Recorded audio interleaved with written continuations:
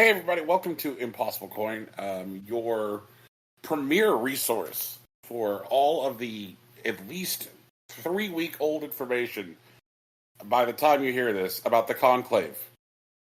So, tune to us for your hottest stale Conclave news. Here reporting. Brian, I will put this episode out tomorrow. I swear to God. I believe it. Wow. Rocky will have it done. Threatening me on the front lines, Rocky Hardy. Yeah, that's me.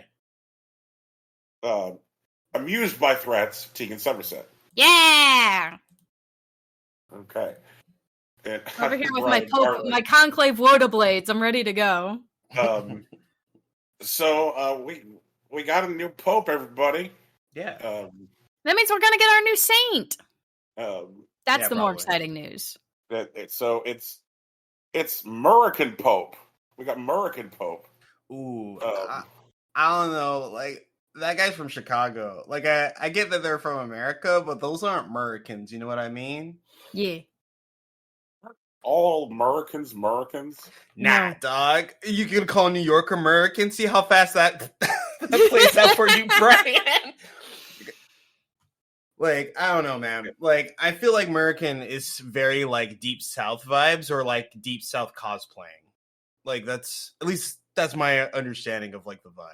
I feel like American has a certain view on their fellow person who is residing in this country that is generally unfavorable, you know? Hang on. Wait, are we saying that Americans are right-wingers? I didn't say that out loud. Well, I did. I just heavily implied it. Yeah. Well, I'm trying to put a pin in this thing and figure out what is American. I don't know. American is a person that, like, has fond memories of Jeff Foxworthy. You know what I mean? I don't know who that is, but I believe it. Brian knows who that is, I think. Yeah, I'm cursed with being old enough to know exactly what a Jeff Foxworthy is. I don't know if that's an old thing or if it's just I don't know anything about U.S. media thing. So there was a point where they had this fella, Jeff Foxworthy, and the first time he got famous was doing a whole shtick called "You Might Be a Redneck If." Right. Oh. Yeah. Isn't that that's Larry like the Cable Guy? metal. Is that like isn't that like the guy? Yeah, so that's the guy that does that. Oh, well, you could have just said it was Larry the Cable Guy. I would have known who that was. No. That's not Larry the Cable Guy. Ah. Larry the Cable Guy is involved in the second time Jeff Foxworthy got famous. Oh, I see. Okay, neat. Well, I knew one of them, I guess.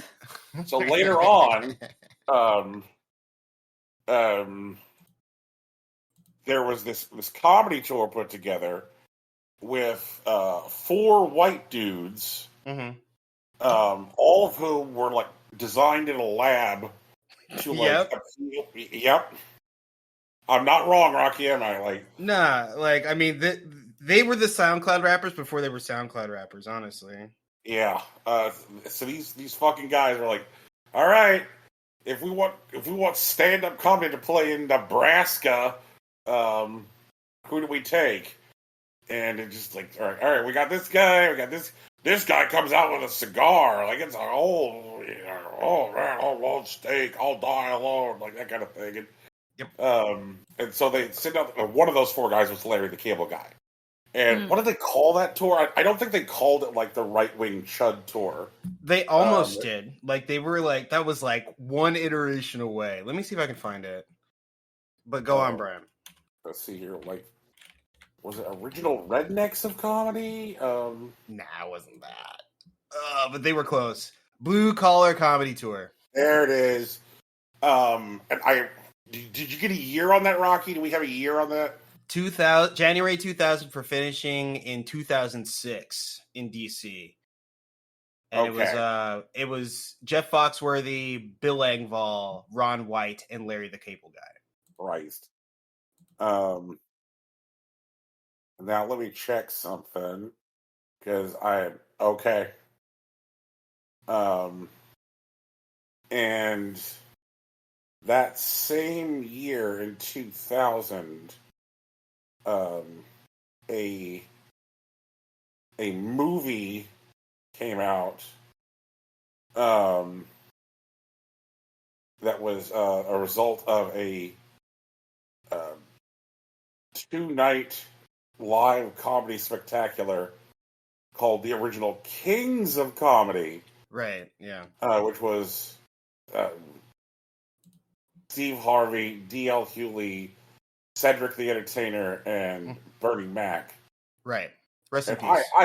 I have always fucking suspected that like the white chuds were like Reactionaries. yeah, like I thought that there was some kind of like subtext to like Original Kings of Comedy comes out, is wildly successful. Mm-hmm. Because it takes a lot for like a stand-up comedy movie to like do well in a theater. Right.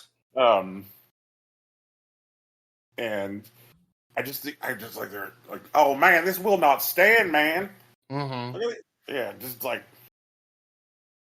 why is that one fella in a purple suit like he's the Joker, man? Let's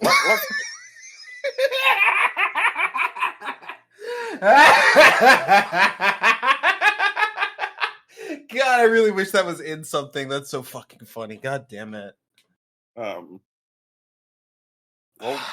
Rocky, it's in our show. Yeah, that's true. It's right here.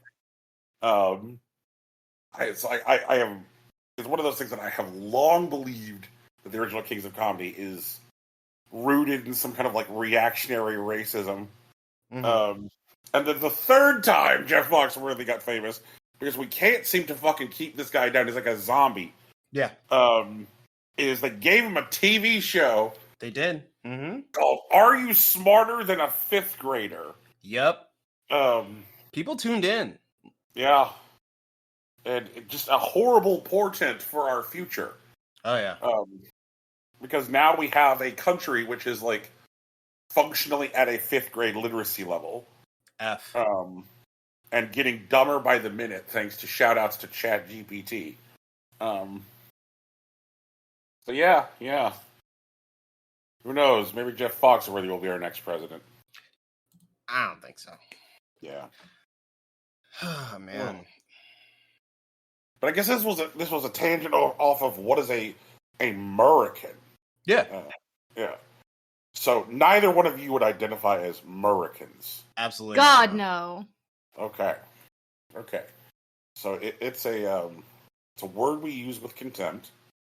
Well, okay, Brian, I use it with contempt, and you understand my justification. But if you don't, that's cool. I'm open to that future. I'm just asking. Open, this is a word I am open to defining. Okay. Because I just kind of used it as just like generic, like American, like, oh man, American. That like whenever there's just take anything American and then add just like a pinch, just like when someone's like, oh, just a pinch of celery salt. It's like, oh, just add a pinch of nationalism. Not like a lot like Trump does, but if someone's like, hey, look, everybody, new Pope, but he's American. And people are like, yeah, man, new Pope's American. Like, I was like, okay, this is American Pope, like the way we're treating it.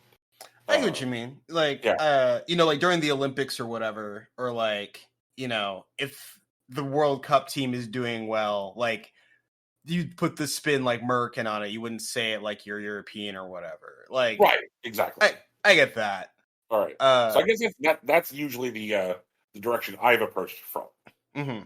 I hear you. Like if some guy's like, this guy is going to climb Mount Everest with his dick out, and he's the first one to do it, and he's from America. I'm like, oh, you're like, of course he is. Uh-huh. Yeah.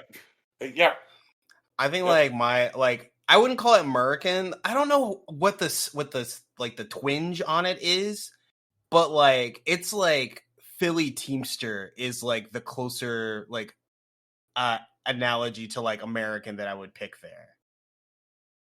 But I don't know if it's like American. You know what I mean? But maybe it is. Maybe I'm overthinking it. It's one of those like I see when I think like American, right? Mhm. But like the Pope soccer American, I instinctively hear in my brain the transatlantic accent. That's what I hear. American. You know? Yeah.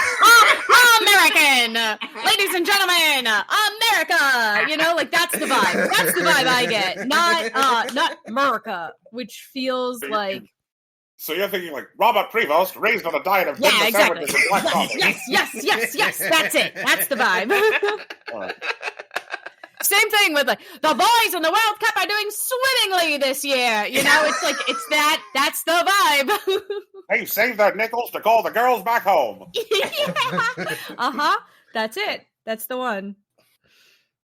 Yeah. Well, it's fun. It's all those old timey war films, you know. So Robert Prevost gets announced as Pope in a newsreel, is what I'm hearing. Yeah. Yeah.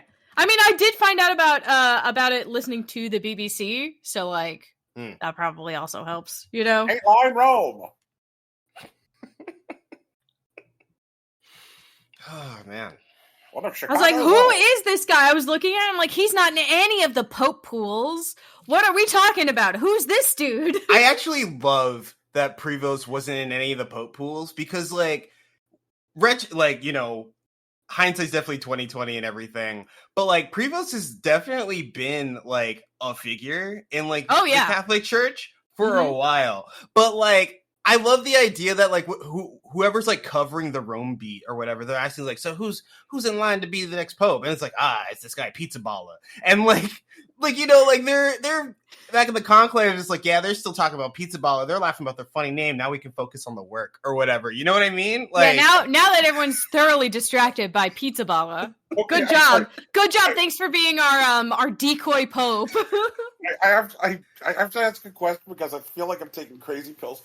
Are you all saying pizza parlor? No, Pizza Balla. That's even worse. Yeah, it is. No, wait, Brian, do you not know about Pizza Balla? Hold on. Pizza Balla. Did you not? What was the Japanese candidate also? We almost got Evangelion Pope. It was going to be very funny. But Pier Battista Pizza Balla is his actual name. What a name. And he was the reported front runner in like the conclave for like 3 weeks. Like, you know, and then like it's just like, nah, it's Prevost actually. And it's like, oh, okay, hold on. And we should be clear here. We are aware that the conclave. Look at that fucking guy. Right. That is the face of a man whose coffee order is wrong, and he is struggling with the fact that he's decided not to send it back. Oh yeah, that's also like that's the doctor you had as a child who was like, the shot isn't gonna hurt, and then like looks at you with that face, and you know he's lying. You know, you're just like you're saying this because you have to say this, but I am going to cry, and he goes, I know, like that's it. Like look at that guy's face. I want him and Anthony Mackie to do a stare down. Oh fuck. Anthony Mackie. That's a lot. Yeah, no, for sure. But yeah, this was the guy that everyone was saying, like, yeah, we're pretty sure this is going to be the next Pope. And it's like, a lot of people, I'm a big fan. I like Pizza Balla. And then people would laugh about the name. And then, like, they win the contract. Yeah. It's a totally different guy. Yeah, they weren't even talking about him. And so, an audience, to be fair, like, I just want the audience to know, Rocky said 3 weeks in the conclave. We are aware that the conclave actually only lasted 2 days. Yes. We are talking about the frantic Tasmanian devil level energy that, like, you know, the media and Twitter put into the interregnum, you know, with the death of Francis. Mm-hmm. They're like, who's gonna be the guy? And yes. And we had that from like the day after Easter until the conclave. I had my money on Filipino Pope. I was like, it's gonna be Filipino Pope. I think everybody like settled into the one that they thought it was gonna be. And nobody had guy who just got made Cardinal in 2023. I Like- really like that you say everyone settled into who they thought it was going to be, and I was over here going, "How? What do you have to do to be Pope? Huh? They do it in the Sistine Chapel for real? Yeah. That's so wild. Why?" What do you mean? It's their home court. Yeah, I know. I figured that out. I was doing the research on what a conclave is because I didn't know what a conclave was. Fair enough. Now that you said it's their home court, Rocky, I'm just picturing like they all like file in, they all sit down. The dean of cardinals delivers a homily, and then swelling over the speakers comes the strains of Round Ball Rock.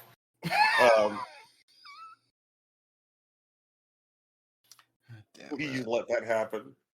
Did either of you catch like the cinematography that was present when they first shut the doors for Conclave? No. Oh, okay. So there was a boom camera. There was like a crane camera, and it came down as the guy was coming up to close the doors, and then like pulled back as he was shutting the doors, so you could see the Swiss guards like framing it. It was so good. Hell yeah. Like, whoever did it was like, this is the shot we're setting up, and we're not going to fucking miss it, I swear to God. And they killed it. So, congratulations to them. Because it's you know what? It's going to probably be a while till we do this again. Yeah, because he's only 63. A child. A very young pope. A pope who wordles every day. True. I shared something in common with the except for Conclave, obviously. Yeah, couldn't have his phone on him for Conclave. Yeah. The fact that the media described like, and it's what the kids on Instagram call raw dogging it. That was very good, actually. Yeah. I was like, oh man. Breaking the Pope's Wordle streak. First of all, that is not what the kids call raw dogging it, but like, I appreciate their attempt. Well, okay, hold on. I do want to say, some people do call that raw dogging it, but it's in jest, and it's not the common parlance of that particular word. But like, right, exactly. I mean, I think it's kind of like sober and sad because like the idea is like you're raw dogging reality, right? Yeah. I'm like, oh god, that's like, man, we truly are fucking through the mirror, aren't we? God damn. We're on our way. Oh, Rocky, our ticket is punched. The conductor has come by and been like, tickets, please. Like, we're But hey, here's the thing. If people's basic needs were met on a consistent basis, I don't think that we would have to describe going outside as raw dogging reality. You know? It's the circuses, and there is no bread, so whatever. Anyway. Yeah. Continue. Man, like, there was something okay. Mm-hmm. So, like, there's so many. I'm trying to remember what it was, but there was something I saw a few days ago, and like maybe this is just like speaks to the frequency with which things break me now. Okay. But like it was this thought that like, it was that like, hey, look, no bread, no circuses. Please accept the idea that bread and circuses should be here. Now get back to work. Okay. I think it's the Barbies thing that I'm thinking about. Okay. Where like for some reason Trump is obsessed with how many Barbies kids have. Yeah, I saw that quote. Yeah. He's like, what? He's like, why do the kids need 30 Barbies? I'm like, I don't know, man. Why does fucking Musk need 26 houses and 14 kids?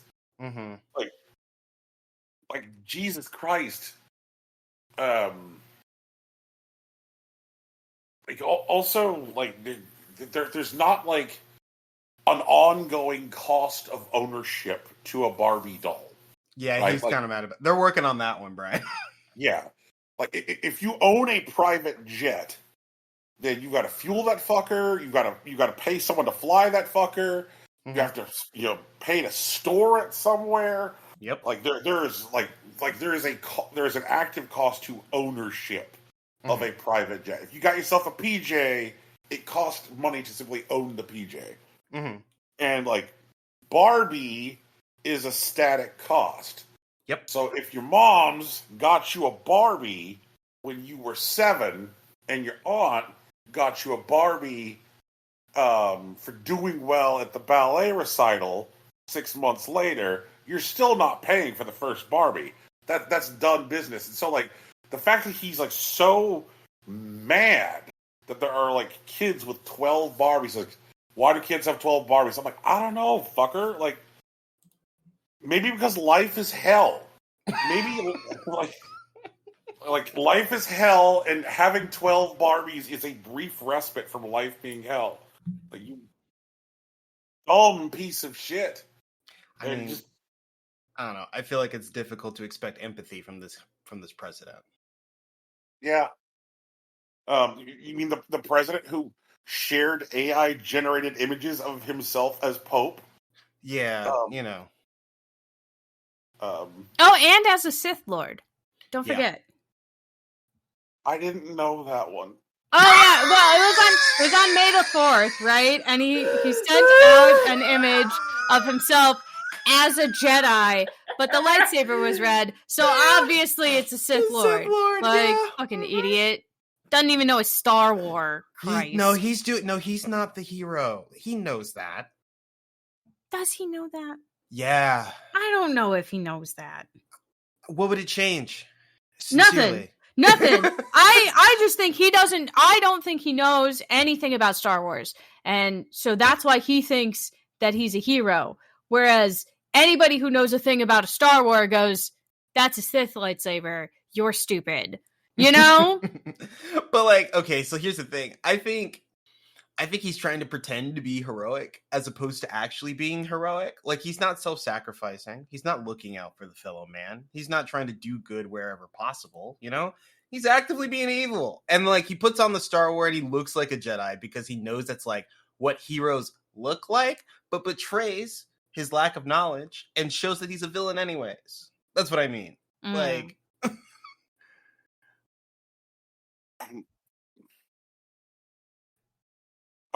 oh God. Yeah, right. I'm looking at it now. No, why'd you look at it? Brian has to look at it, Tegan. Yeah, I know, but you didn't have to. We described it perfectly well. He doesn't believe us. It's okay. No, Rocky, not that. Brian, trust me. Please. You don't have to look at the AI slop. Like, only if you try to gaslight us about it, like with Tegan and the horse, Jesus, like, what? Oh wait, about the bread horse? Yeah, the bread horse. Oh yeah, where I was like, that's not real. It's like, what are you guys talking about? It's not that bad. And you're like, oh my God. Yeah. Yeah, never mind. Actually, that was terrible. You know what? You're right. You're right, and I'm sorry. At least I softened the blow by looking at it in the context of an article on Variety about this picture. Yeah. The article is hilarious.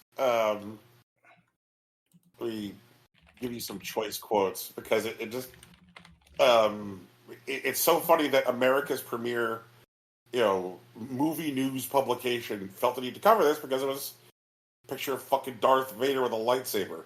Although the post refers to Trump's political opponents as Sith Lords, the evildoers of the Star Wars universe, the lightsaber in the image is red, which traditionally is only used by dark side baddies like Darth Vader. The light side of the Force is almost always seen using blue or green sabers, outside of a few exceptions. This isn't the first time the White House socials have shared AI-generated renderings of the president. On Saturday, the White House posted an AI image of Trump as Pope. The 4th of May is colloquially known as Star Wars Day amongst fans of the franchise. In celebration of the day, it is common practice to say, "May the 4th be with you," which is a play on words of the iconic Star Wars line, "May the Force be with you." Oh.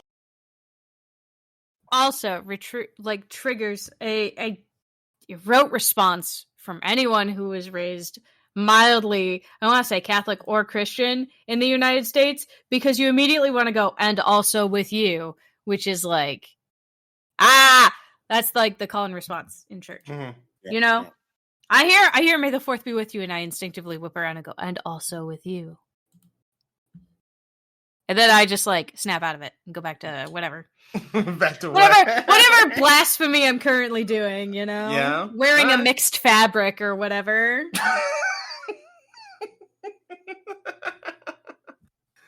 Oh man. Jesus. Like, what? It's 12 Barbies, you guys. Like, come the fuck on. Man, Brian, like, these are not serious people. I don't know about you guys, but as a child growing up, well, actually, I should know about you guys. But as a child growing up, I had more than 12 Barbies. I had a tub of Barbies. Hell yeah. Right. And, like, I mean, because if you don't have at least 20 Barbies, then, like, which Barbies are you going to bite the toes off of? Which Barbies are you going to cut the hair How off? are you gonna form the cult, you know, around the tie-in McDonald's drive-through Barbie stand that says in Barbie's voice, "Welcome to McDonald's, may I take your order?" Like, how are you gonna do that if you don't have at least 20 Barbies? Oh. Man. Love the weird shit people get up to with their Barbies. Trump let people get up to their weird shit with their Barbies. Like, there's so little going on right now, which is okay. Let that continue to happen. Like, it's so weird to me that he's become fixated on how many dolls children should have. And he's like... That is not weird to me at all. Him being fixated on specifically how many toys a girl child should have. Fixated on girl children. That I'm not surprised. Next. And he's like, they should have 1 to 2 Barbies. Like, what the fuck? Like, doesn't that, like, isn't it counterintuitive to his whole, like, like, doesn't the capitalist in him, like, cry out and go, like, oh no, like, you know, Hasbro would like to have their Barbie money. Like they want customers. No, he heard that the Barbie movie was woke feminist, and so now he doesn't like Barbies anymore. I mean, there's also like, if we're thinking about Donald Trump, like obviously he'd like a capitalistic outcome, but if it's capitalistic outcome that involves the happiness of children, I don't think he'd be down. I mean, first of all, like the Barbie movie is about as like big a swing as being woke as is possible in a major $200 million studio movie. Yeah. Right. Which is to say, it's not that big a swing, Donald. I mean, yeah, but like it's more than he's comfortable with, which I think is the point. Jesus Christ. We can't even get fucking bread and circuses up in there. I told you. The circus is caught on fire, like last summer. I mean, if the people need bread, how hard is baking anyways? Like, let's... bread is only available to form of AI horses. Yeah. I know you can kind of cook on vibes. You cannot bake on vibes. You have to science the bread. You have to talk to your sourdough. You have to baby it. You have to burp it. You know, you got to sing it to sleep at night. And then maybe you will get a bread one day. That reminds me. Pizza Spring has been delayed to Pizza Summer. Are these also I thought that was on purpose. No, you know how Rocky like takes a season and like masters one dish? Masters a lot, but yeah, I think it was supposed to be pizza this spring. Yeah. But spring in Ohio is too rainy, and you can't use the outdoor pizza oven when it's raining. Yeah. And I'm not running a propane-powered pizza oven in my basement, so like I'm waiting. Jeez! Yeah, don't do that. Don't do that. Yeah, I know. That's what I said. You all heard me. I did. I wasn't I saying did. like, well, maybe I could run into my basement. You know, like fuck. I want to reiterate it for the audience. Don't run propane heating implements or power implements in your home. Don't do it.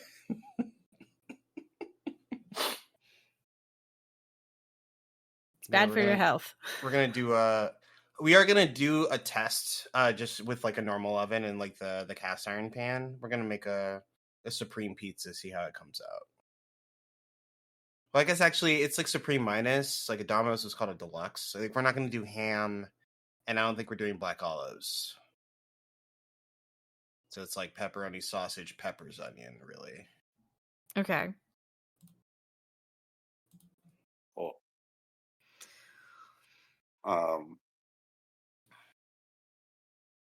man, pizza. True. If I used to If you Pizza ever get Smith out this back in way. my time. Honestly, that's what I mean. I think that's the thing. Let's get everyone back together. Let's make our own pizza making collective. We'll start a message board or whatever. man, So when we all come to Arizona, Brian is going to take us to the best pizza. Pizzeria Is that what I'm Bianca. hearing? Pizzeria what? Bianca, like best pizza in the country. Really? In the country? Yeah, full stop. Seriously, Brian. like Brian. Rocky. I just want you to think carefully about what you're saying here. Oh, Rocky. I don't even have to be the one who because when that got said, like 25 years ago, well, the way you're reacting right now was the way that like many people reacted. Okay. And then just about every like food critic in the world flew to Arizona and was like, what's the fucking score here? And then they're like, we stand corrected. We were unfamiliar with your game, Chris Bianco. Oh, okay.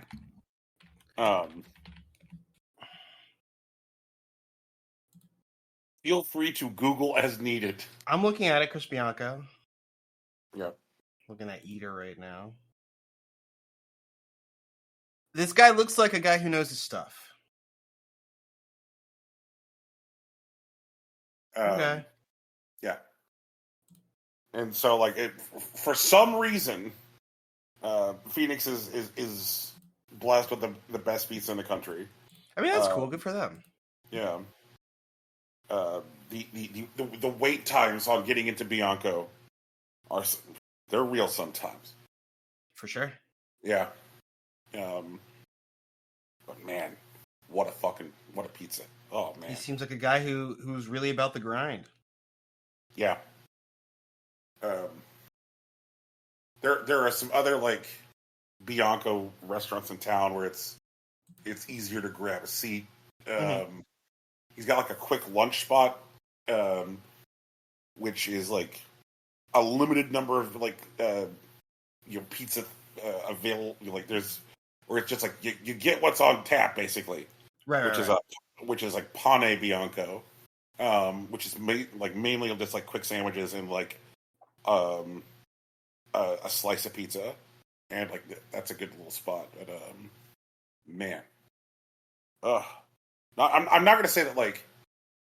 I think maybe the way to think about it, Rocky, is because I understand your reaction is like the density of good pizza per square mile. Like, how likely are you to walk into a place with pizza so good you slap your mama? I get that. Yeah, and like the density per square mile in Phoenix, it ain't there. Yeah, that's fine. Right. There's a lot of like average to dog shit pizza in the city. But they got the guy. That's right. The thing. So it's the density, like the density per square mile is not there. Okay. Yeah. No, I'm caught up. Cool. I hear you. I'm interested. Man, like I don't have we ever gone deep on pizza before?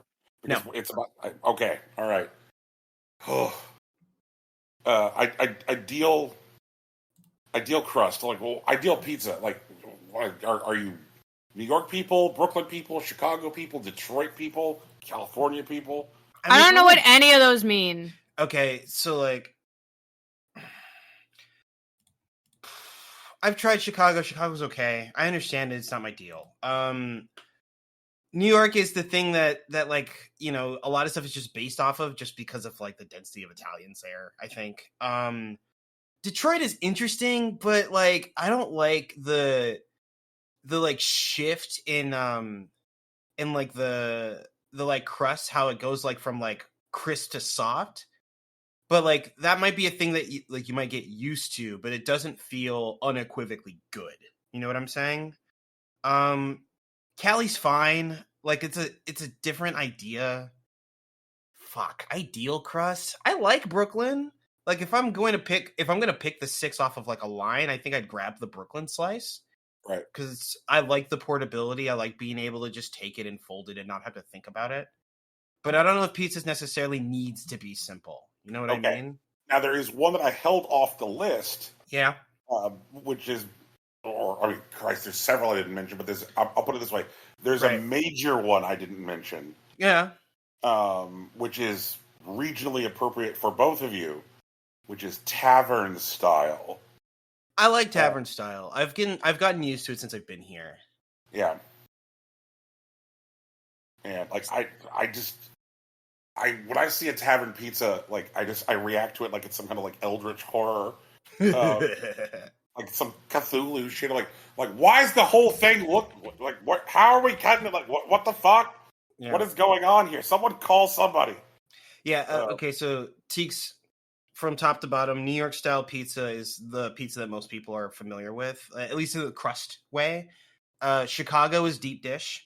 The closest thing is like a pan pizza, like from fucking Pizza Hut or Domino's, but usually they like layer like multiple layers of dough, cheese, and so it kind of comes out more like a lasagna than like a handheld pizza thing.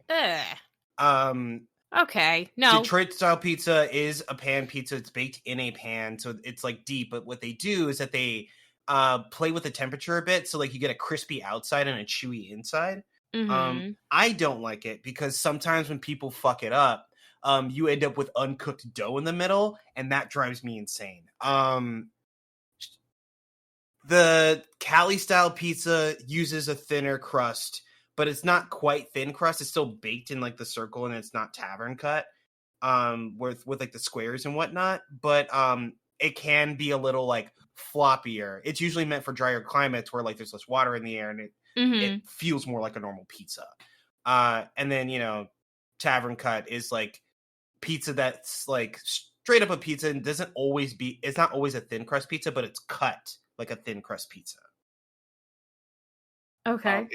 It's generally also intended to be served at like a longer table in a restaurant. Mm-hmm. So like tavern cuts are usually kind of like a weird oval shape or stretched in the middle. Oh, so you get like the pizza bars. It's not always lines. Like, I don't know if you ever had like a pizza like at BJ's or something. No, even Donato's. Donato's does a tavern cut, but they don't always stretch into an oval. Yeah, they just do like the square cut where they just do like 4 vertical and 4 horizontal, so you get like the squares. Yeah, you know, maybe it is like bars. Maybe it's like lemon bars or like the way. Yeah. If it's like long, if the pizza's like oval, then they're like granola bar size. Yeah, like pizza slice. I was overthinking it. Like, there's a place in Texas, Cece's Pizza, that cuts like much thinner than like it's like tavern cut but twice. And I didn't want to get that mixed up, but that's on me. Generally, with like a tavern style pizza, the crust is like denser, chewier. Like like there's an assumption that like you're having it like with like a glass of beer, and so like that, yeah. Okay. Yeah. So it gets to like fulfill the role that like say a bowl of peanuts or pretzels would have. Yeah, to make you thirstier, essentially. Yeah. So you're pouring beer. Yeah. They could just give me the beer cheese pretzels, you know? For sure. Yeah. That'd be enough. I don't need to eat a whole pizza over it. Here's a weird older pizza covered in sausage with chewy crust. I don't like... It depends on the sausage. No, there is a bit more variation of sausage that I haven't considered over the years. Maybe I'll play with that a bit. I like a spicy crumble sausage Real. and like a mild pepperoni. If you're gonna do both, you know, I think Yeah. one of them should be spicy and the other one should be mild. And I feel Yeah. like the pepperoni lends itself to being mild better than the sausage does. Yeah, I get that. Because if you get a mild sausage, then it's just like lumps on my pizza. You know? It doesn't add anything at that point except like a different texture. Yeah. And if I wanted a different texture, I would put a different ingredient on there, you know? Like an apple slice. Apple slice on your pizza? I like a pork apple slice pizza. Interesting. Yeah. Never seen Like that. little bacon, little apple slice, little cheese, little honey. Ooh. The flavors make sense. I just haven't experienced it. No. It's good. Recommend. I'll trust you on that. That's my, like, if I'm making a pizza at home, that's what I want to do. It doesn't have to be a hot honey, though. A lot of people try to do the hot honey on it, and you don't need it. You just need a regular, like a blueberry or a clover honey. It'll be fine. I promise. Not everything has to be spicy. Cool. Anyway. Yeah, I don't really do that. I realized. My wife and I have very different cooking styles. Like she cooks in a manner that's a lot more akin to play, you know. And I do a lot more. The way I cook is it's like assembly or like construction. And I don't play with my food specifically, and I guess generally, but I don't know. Maybe this is a new opportunity. Pizza definitely lends itself to play. I'm a big fan of dishes that tell the American story, you know? Okay. That deep regionalization. Yeah. Yeah. Like, because we didn't even get into any of the, like, the really weird, like, micro cultures for pizza. That's true. Like this weird shit that they do in Western Pennsylvania, where they cook a square pizza with the sauce on it, and like the consistency of the dough is very much like Detroit, and so they just cook the fucker up with the sauce, and then once it's completely cooked and removed from the oven, then they throw the cheese and toppings on. Oh, they do something similar here. They try to call it like a local variant, but that I know that wasn't just local. But yeah, they'll do the Detroit. I can see why it's showing up in Ohio. It like makes sense. Yeah. Ugh. Yeah, I don't like. You know, it's kind of one of those things where like you eat enough pizza that you do something weird to feel something, and like I get that, you know, but like, can you just give me a pizza, please? You know what I mean? Like, I don't know. I just put a whole snapper bone in on it just to feel something. Yeah, man. And it's just like, okay. Oh, man. I rolled it up like a newspaper. To feel alive. Is that not just a calzone? Well, I guess they aren't like rolled up. Yeah, calzones are folded specifically and like sealed. If you roll the pizza all the way up and then you cut it like cinnamon buns, bake it like that. And interesting. Then you pick it up and you can dip it in the leftover sauce.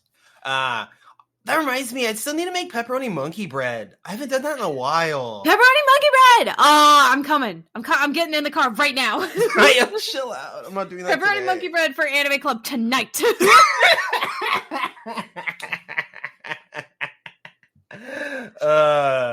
Because that's just like, it's just a sick idea from start to finish. Like that. It's like pepperoni monkey bread. Let's fucking get it, gang. Let's go. Oh, man. I have detected no problems. I gotta come back around to it.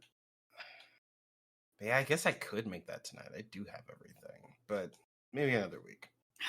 I gotta get this first pizza in the books because I need to do like a standard pizza for your first one. Like don't try to get too crazy with it. That's my advice.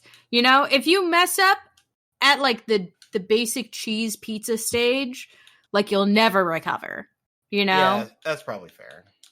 Well, maybe. I don't know. But like I don't know. This is just like largely because of like the person I am. I need like momentum. Period. And it's just like I need to get the first pizza done so I can do the next one and the one after that. But like for like I'm not chill about doing the first one, but I am way more chill about the second, third, and etc. Like the nth pizza is not a worry for me. It's the first one, and I need to get that one done. And then like I can hate it or I can love it or I can decide that it's okay, but I can't do the next one until I do that first one. I see.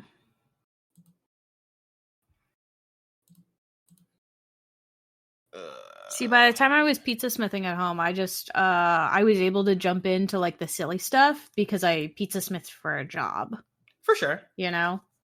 So it was like I had I got the basics down. Next.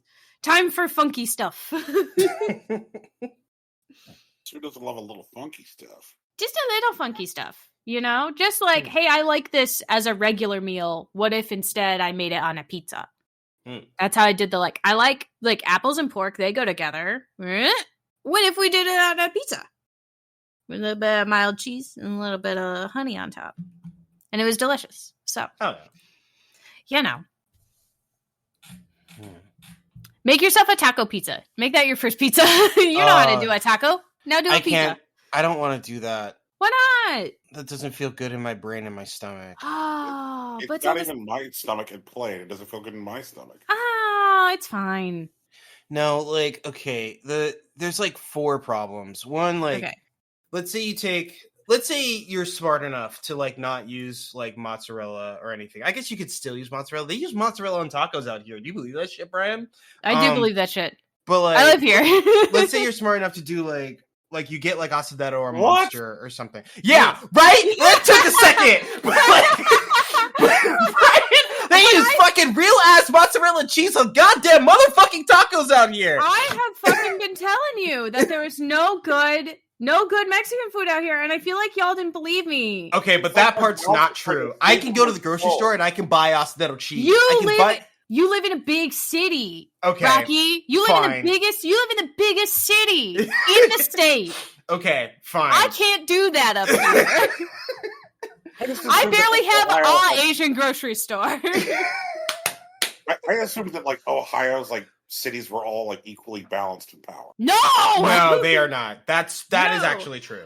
The cities where there are big universities are absolutely better than any other city, but that only works if your city is not if your college city is not immediately surrounded by corn. Okay? It sounds like are these rules for keeping out vampires? Like what the fuck? So like the Ohio State University, way better situation than Ohio University, which is in fucking the middle of goddamn nowhere, and it's like college town, and as soon as you hit the border of the campus, cornfields. Like, I'm so for real. Children of the Corn was just about Ohio. That's just what it's like here. But yeah, like leaving that alone, like we're back to the taco pizza, right? Let's say you have the sense to avoid like standard pizza cheese, right? Like, and you use like one of the cheeses that normally go on tacos, like Munster or like Acedetto or whatever. I don't think those melt the same way that like mozzarella does. They just don't have the same kind of like moisture content in them. And then like your toppings, like god damn it, like let's say you also cheese isn't often melted on tacos, which is another thing.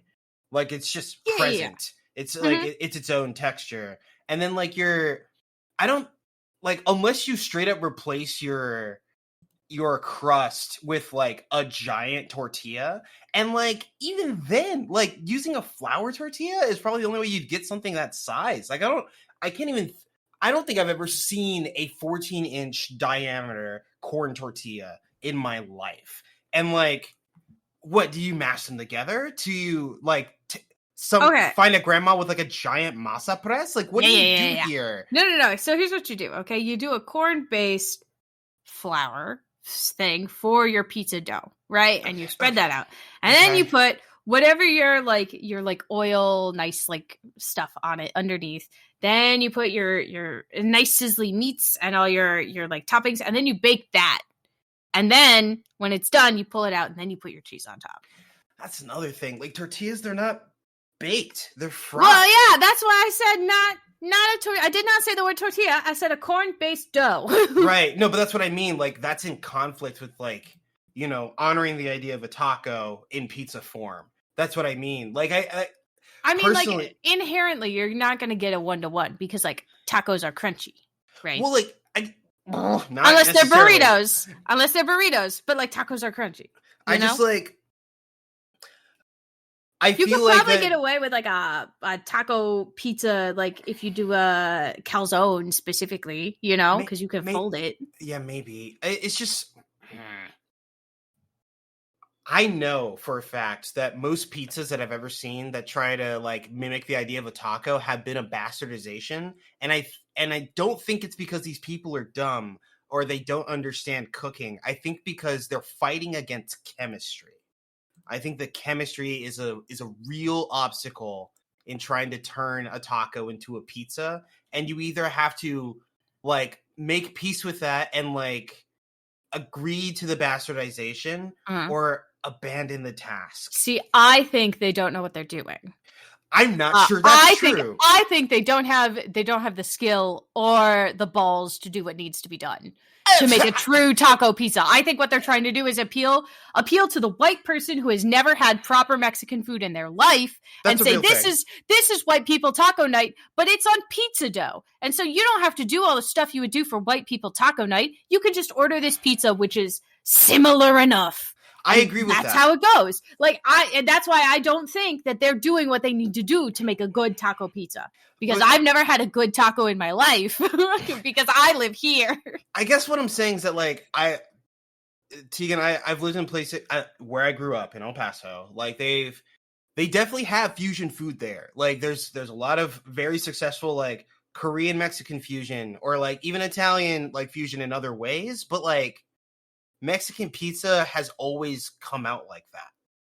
And like I think the tech doesn't exist. Like, and I'm worried about it. That's what I mean. And I think you could be the one to figure it out. It's a lot of work. Maybe. I don't know. I don't like saying it's a lot of work. Now I'm mad about that. Yeah, see? There you go. I got it. No. We're gonna have a kick-ass pizza. Jesus Christ. Like you have come to Rocky and you're like, I need you to devise this science that shouldn't exist. Yes. And you were asking him to be the Oppenheimer of taco pizza. Yes. Okay, number one, Rocky appreciates a challenge. I do appreciate the challenge. Number two, but Rocky doesn't believe that anything is impossible. Number three, I trust Rocky with showing me what a good taco is supposed to be like. This is genuinely upsetting. He knows that the tech shouldn't exist. Yeah. Mm-hmm. Yeah. What do I get for it? What is the boon of taco pizza? I think a better experience for all of mankind. Compared to what? No. Compared to current taco pizza? Have tacos or pizza. Like they're both great. They're both like they're not though. Tegan. I am in Ohio. They are not good here. Okay, here. Okay, that's different. That's okay. They are good somewhere else, but it's not fucking here, that's for sure. And if you could figure out how to make a good taco pizza and you could market that shit, everyone could know what a good taco is like. At least a little bit. Even if they have no Mexican people near them. Wouldn't that be amazing? Wouldn't that be eye-opening and joyous? That could be good. See? Picture this, right? Uh-huh. Okay. It's early autumn 2026. Sure. Okay. And it's too hot because global warming is a problem.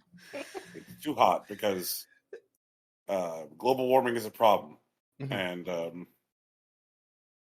And a reporter is here to film an interview segment in advance of the grand opening of Rocky's new restaurant, 2 degrees Celsius. We're going to call it that, just because of the, Tegan's already invoked the global warming. Okay, let's do it. All right. Yeah. And the soft opening has gone well. Okay. People have been packed in every day during the soft opening. Mm-hmm. And the reporter directs their camera person to, point toward you, and then they say, Rocky, what inspired you to make the taco pizza? And that look of regret and sadness that would follow.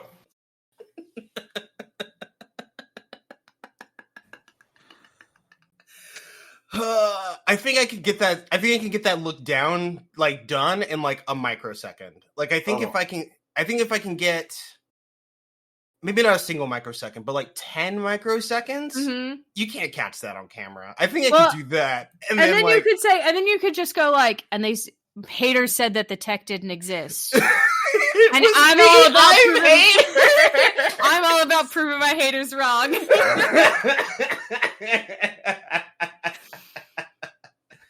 Oh man, I would watch the Rocky Develops a Taco Pizza limited series where there's lots of scenes where Rocky's yelling into a mirror and the reflection is you know what you're doing is wrong.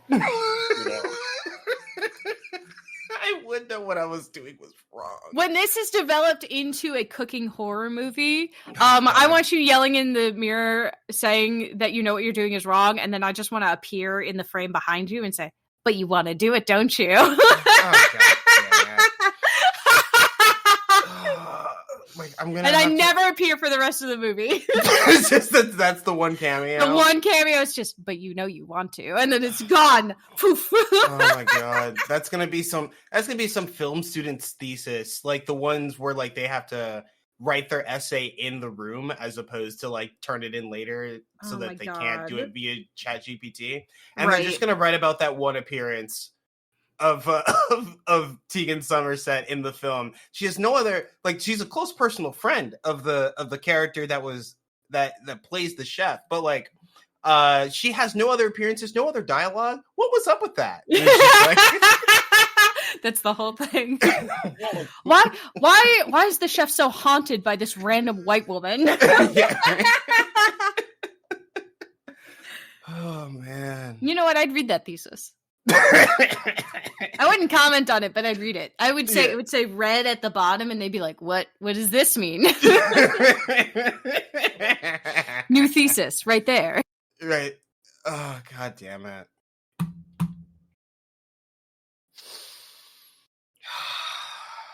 I think I would make a variable masa press that would go that big.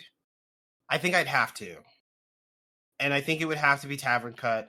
I don't think I'd do it in an oval. I think it's just simpler to do a circle. But yeah, you'd have to do a masa press, and then you'd have to fry it, and then you could put the toppings on it, and then bake the toppings afterward. And instead of it being a hard thin crust, it would be a giant tortilla. It'd basically be oh shit. I'm sorry, because this is 4 different dishes technically, but it's not a sopa. Brian, what's the one? It's one that starts with a T. Oh. It's not tapatilla, right? But you know what I'm talking about? It's just a giant one of those. Yeah. Tostada?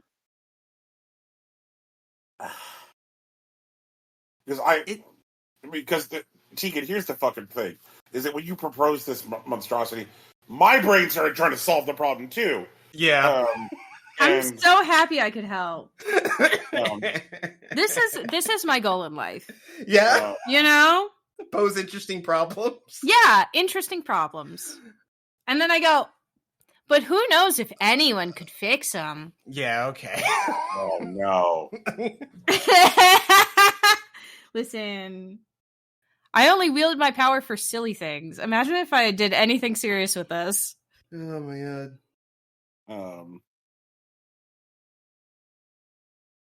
because the direction I went in, Rocky, trying to solve this problem.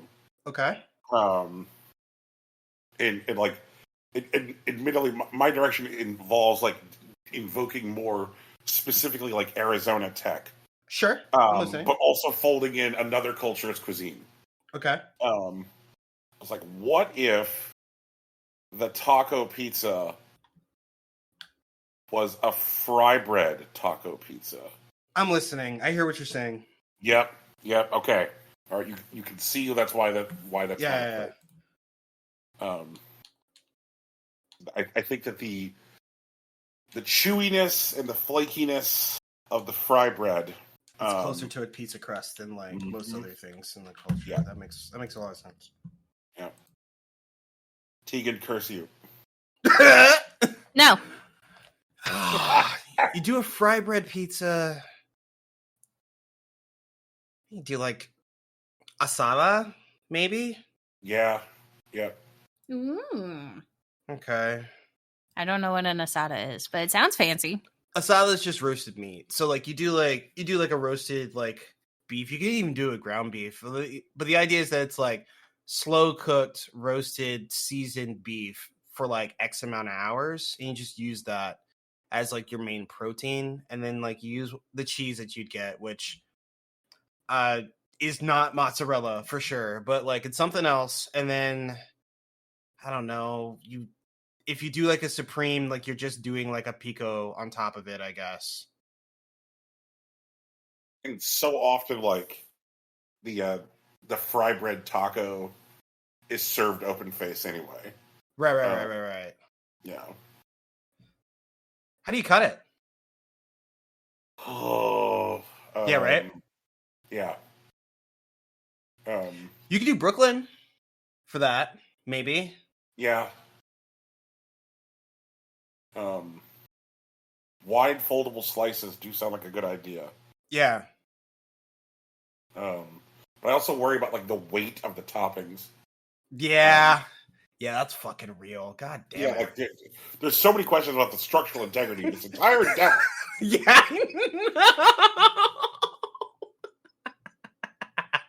The math doesn't math. That's what I mean, dude. It's fucking chemistry. Well, this one's physics, but whatever. You know, right. Like, you just sit with it and maybe you'll figure it out. But fuck, man.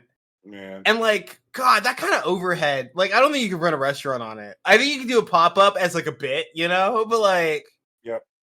You can't. That's not going to pay someone's pension. That's not going to feed someone's family. Like, okay, you know how like in Oppenheimer, like Einstein is there. He's like, what are you doing, Robert? This is a bad idea. Yeah. I kind of want the role of the guy who's just like, this is a bad idea. Yeah, that's fine. Let's go. I want them, like, Brian, I want you to have two roles. One role saying this is a bad idea, and the second one, I want a close up of you eating this pizza. You know, when it finally happens. Brian just secretly eating the pizza like in a back room or whatever. No. He has his own Salieri or whatever. He's just like, he did it. Like, yeah, the man like, did it. Got, like I have the cloth draped over my head. Yeah. We can make this as like as artistic as you want. I promise. A24 would make it. Probably. You know, there's a thing I'm certain of, and I'm just not sure how it happens is, I know that Stephen A. Smith is in this movie.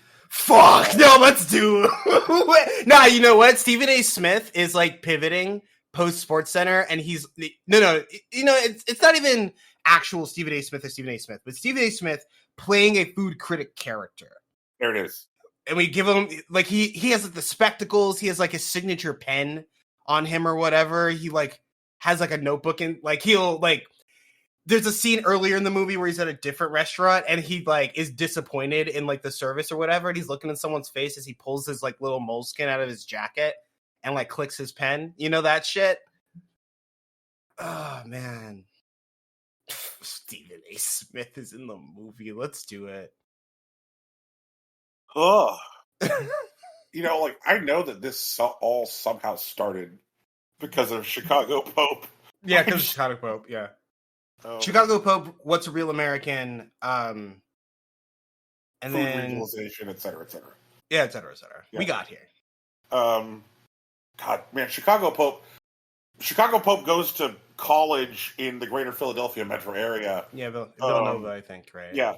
So I need to know what the Pope's Wawa order is. I saw a video on that the other day, or yesterday, actually. Mm-hmm.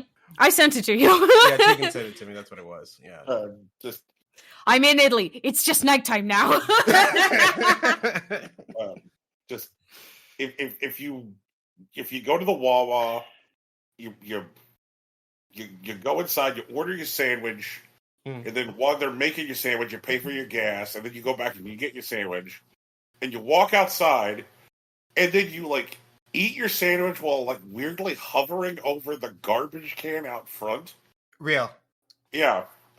You'll never see a whole bunch of people who like don't know each other like eating so close together. Mm-hmm. Like, hey, I guess we all just got our sandwiches. Let's all just hover over the fucking trash can. Which means that there are people who have hovered over a trash can with the Pope. That's kind of sandwiches. Man of the people. That's pretty gang. Yeah. It's like, I need to know. Like, what's the Pope's Wawa order? I do think it is hilarious that the Pope watched Conclave last year. Yeah, same. I wonder if in the Conclave at any point he was like, "Oh, this is just like Conclave." I hope he did. just like 1 second, like, "Oh, this is just like Conclave," and then like, "No, focus. We have to pick the new Pope now." Do you think he thought it was going to be him? Do you think he had any idea? I think. Do you think he got really excited to be nominated? I think Prevost was the real pick, sincerely, and like I think everything else that was like reported was actually a distraction. Like, but there were 4 total ballots. It took 2 days. Yeah, no, I get that, and like maybe he was a dark horse, you know, but I think it was going to be him. Like, or maybe that's just the way that like after it played out, that's what it sounded like. But like, I don't know. He was close to Francis, aligned with their mission, worked closely together, and it very much seemed like the decision is like for Prevost to continue the work that Francis started. Yeah,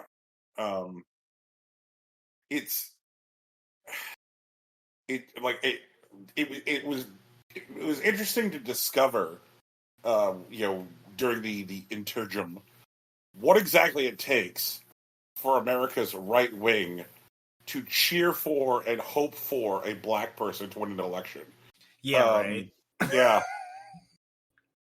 Where they're like, yeah, here's this cardinal archbishop from Africa who has the most terrible shit to say about all kinds of things, and here's the right wing like, we're fingers crossed for African Pope. Like, yeah, fucking figures. Like, oh, all right. Thanks, America's right wing. Thank you. God. Yeah. Yeah. So when we go to Italy, right, we got to pick up some Pope water. Because it's blessed by the Chicago Pope. Oh, yeah, okay. You know? Oh, shit. What? You forgot about the new Pope? No. New Pope water? I realize if I ever go to Italy and I get a chance to meet the Pope, I want to bring them a video game, and now I need to decide what that is. Well, you don't have to bring them Undertale. I already got a copy of that. I mean, that's cool. I just like... I need to talk to some food about this. I can't do it right now. That's super upsetting. I'm bringing a copy of Nier Automata. Done. Okay, so easy. Like, I think this is... I want to know what the Pope thinks about Robot Pope.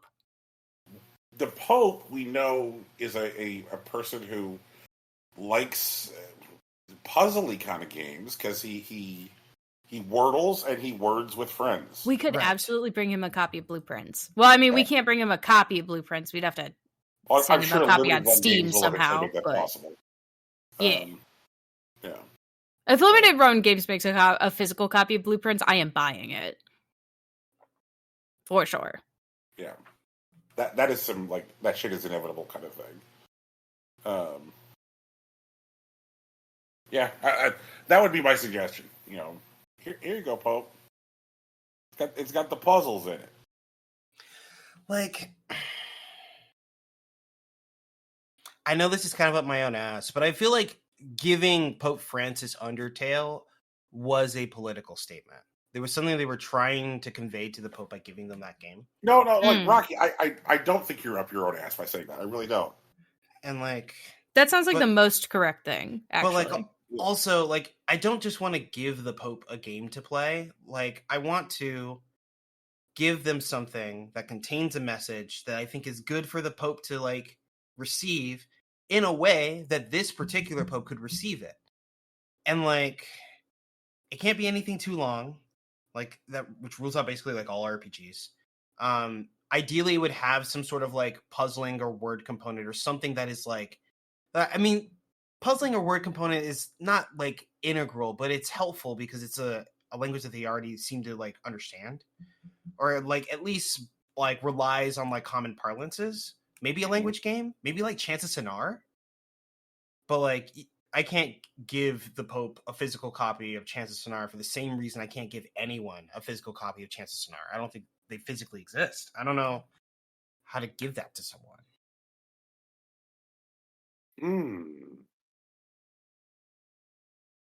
Maybe there's a Switch copy, but I don't think it is. I think it's just digital download.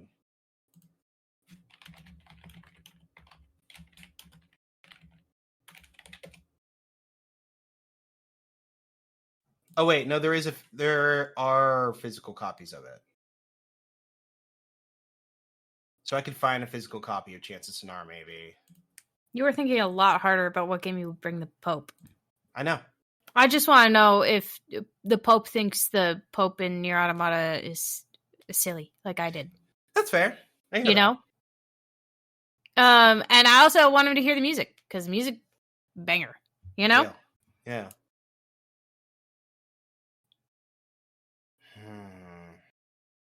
Yeah, I don't know. Maybe I'll come back to it. I think Chants of Sennaar is probably a decent fit, especially since they are polyglot. Like, oh yeah, they'd probably really appreciate it.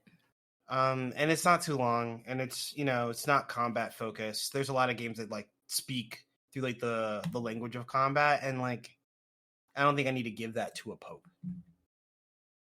Yeah.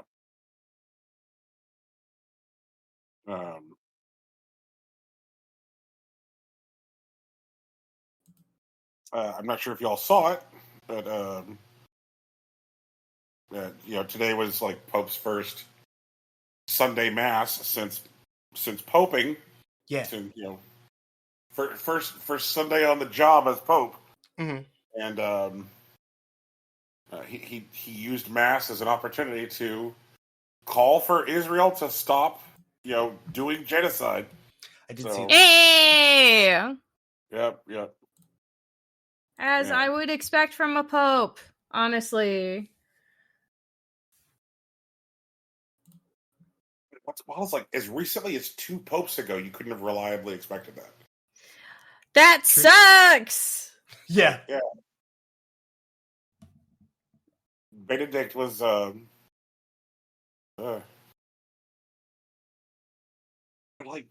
I guess what's interesting about Benedict is he recognized that he wasn't the right pope for the moment, and which is like why he did the wild thing and was like stepped aside as pope, which is a thing that a pope hadn't done for over 1,000 years.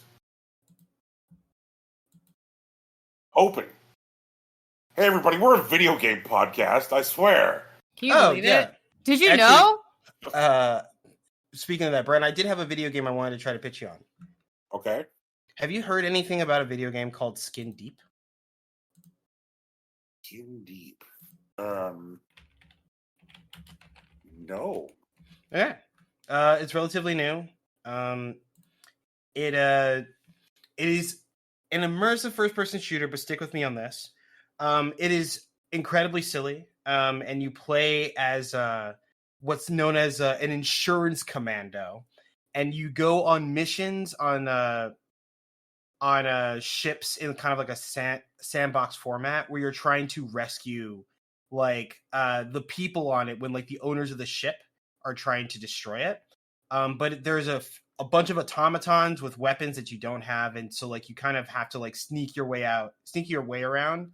But there's a lot of weird interactivity sort of things, like sneezing is a common mechanic. There are regular situations where you get stuff stuck on your feet, and you can use it to your advantage, or it can hinder your progress.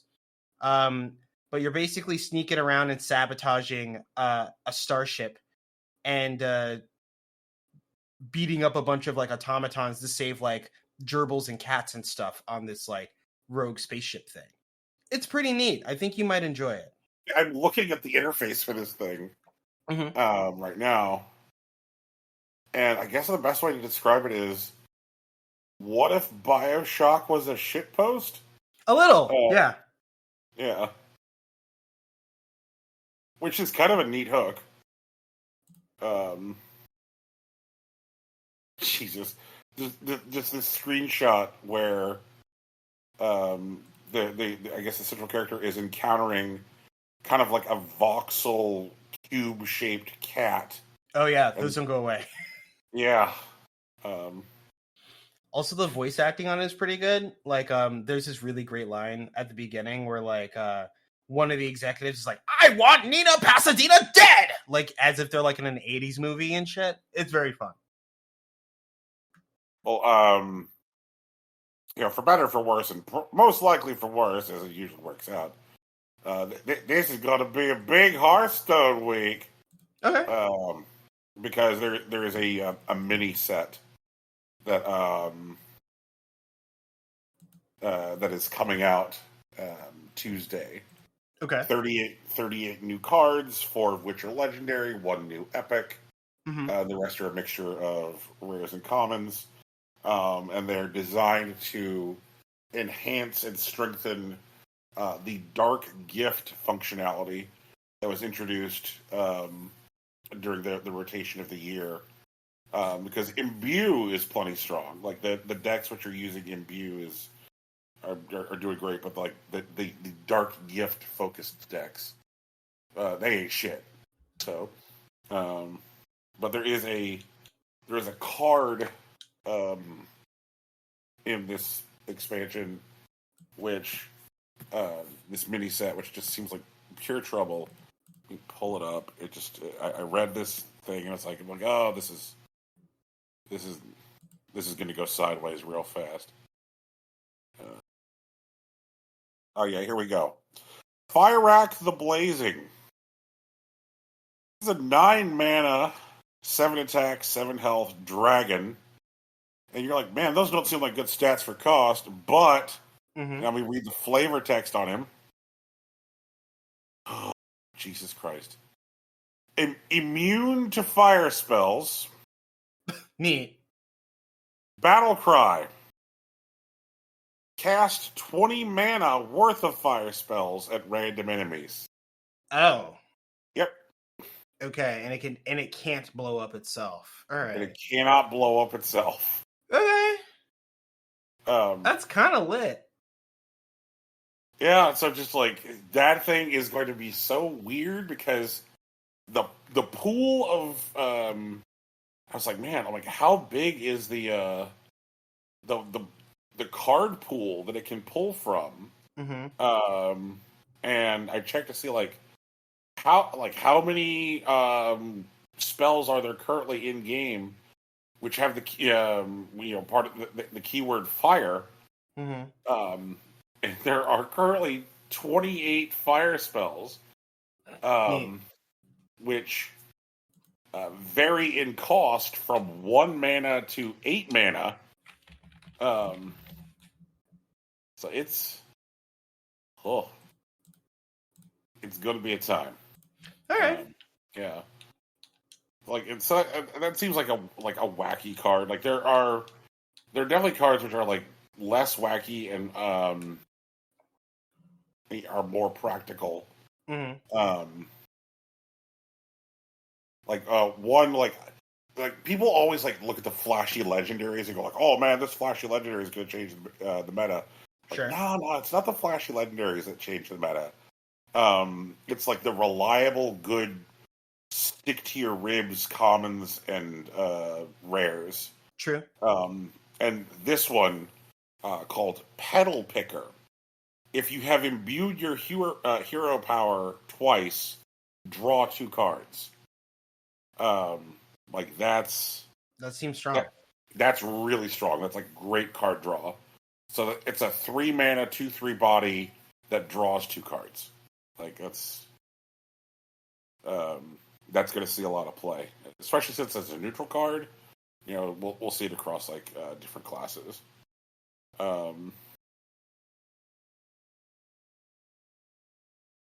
This is some of the like fun, weird shit that I think will like spice things up at least for a little while. There's a warrior card, which is a rare. It says Battle Cry. Give all minions in your hand +3/+3, but you discard them in 3 turns. So you have 3 minions to get 3 turns to get all the minions out of your hand. Okay.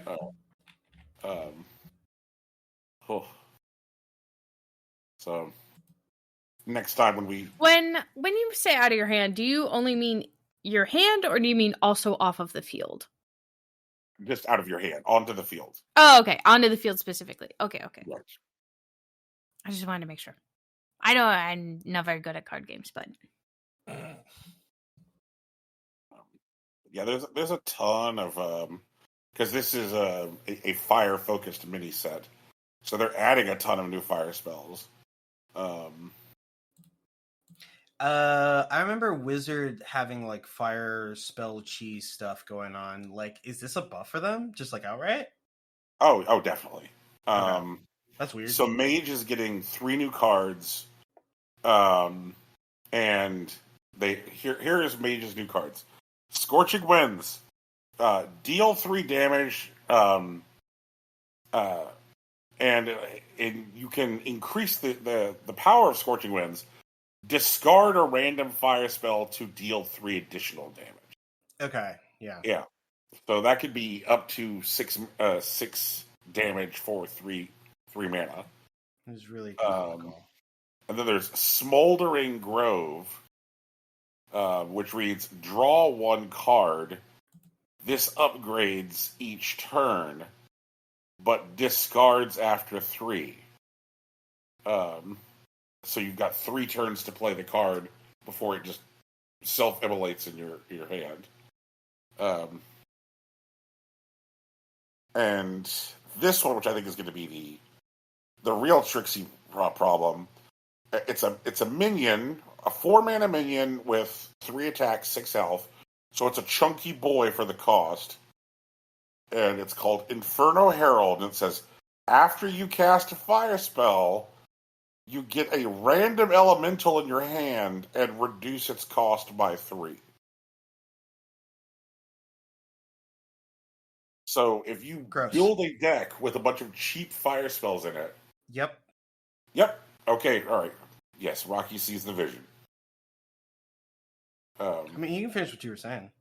Yeah, you build a deck with a bunch of cheap fire spells, throw this guy down, and then just start, like, popping them off, which then refills your hand with cheap elementals.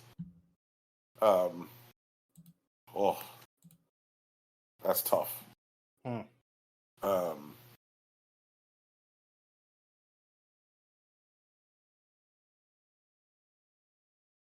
There's some like weird stuff, like there's a paladin card. It's a 7 mana card called Searing Reflection. It says, draw a minion, but then summon a 8/8 copy of it with Divine Shield. Okay. Yeah.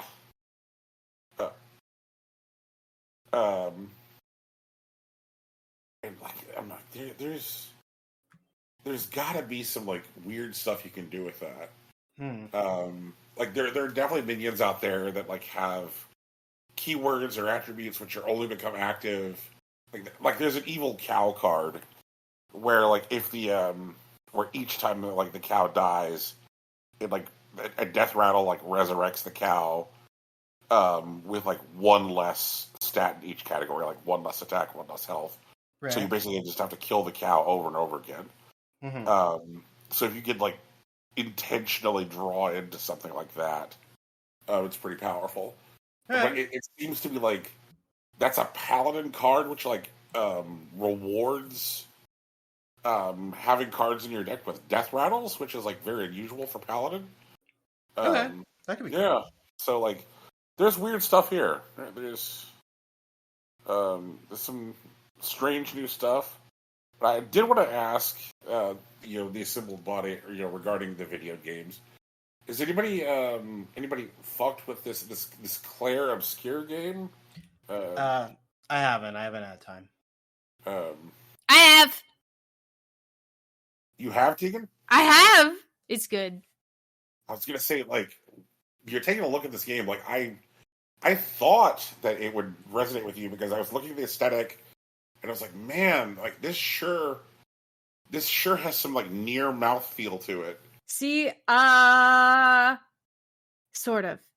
It really is more Persona Plus. If that makes any sense. Yeah, I hear you. It's very good. Yeah. I did not have fun the first like hour and a half because I mixed this up. I mixed up Claire Obscura and Immortals 33 in my head. And so I was like, this is a weird way to play a game that's supposed to have 33 real life people playing it at the same time. Oopsies. I mean, that makes sense. Yeah. But after that, it's been really, really interesting. So, I'm having fun. I keep not picking the best weapons for my characters though because I don't like the aesthetic of them. Yeah. It's a big struggle. But I did just find this very cool village of people that are all like art supply based, which has been very, very delightful for me in particular. They're like those like posable mannequins that like you can use for like pose reference. They're all that, but they've glued the bristle part of paintbrushes to their heads. Oh, it's delightful. It's so fun. They're so cute. Well, hell yeah. But yeah, I'm having a great time, and I'm trying to get Rocky to play it, but he doesn't have time. Oh, and it's sad. It's a tragedy. Have you played it, Brian? I hang out in a different video game server. Oh yeah. Yeah, and that's fine. Yeah, and it's been a thing over there, and it's like, man, I'm like, do I have to fucking play this game? Yes. And so like I've been and I definitely see what you mean by like Persona, Tegan. Like the interface is like very, very like specifically Persona 5 as Persona. Like the first time I kind of like saw that kind of like exploded interface, I was like, look, yeah. And, I was like, I know how to interact with this already. That's so great for me. Very excited. And then I went and I like statting out all my little guys has been very fun. And it's not making me like date everybody, which is also great. Love that for me. I just get to hang out with all these badass women. Oh yeah. I don't know. I'm having fun. I like it. I think cool. you should. I think you should mess with it too, though. And I think Rocky should mess with it. Yeah. So like it definitely made it onto my radar. I was like, oh, this does look like a good time. I really like the art direction. Mm-hmm. It looks cool.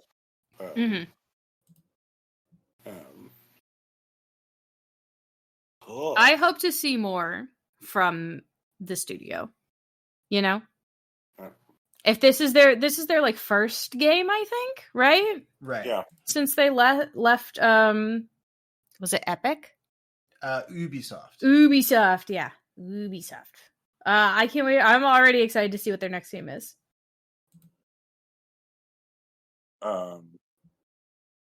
See here, there is another piece of media that I wanted to talk about before we broke this week, but I wanted to check in and see like this. Just either of y'all have more game business? No, I'm okay.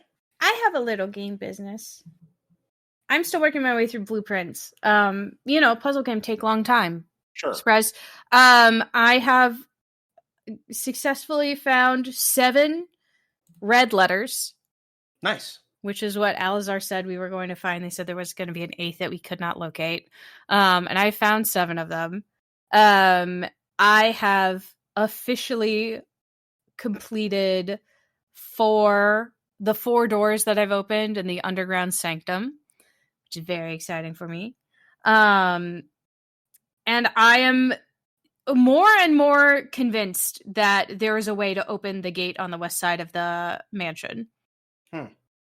And I did find a fun thing, Rocky, that I think you may already know or have intuited, but I did it on accident.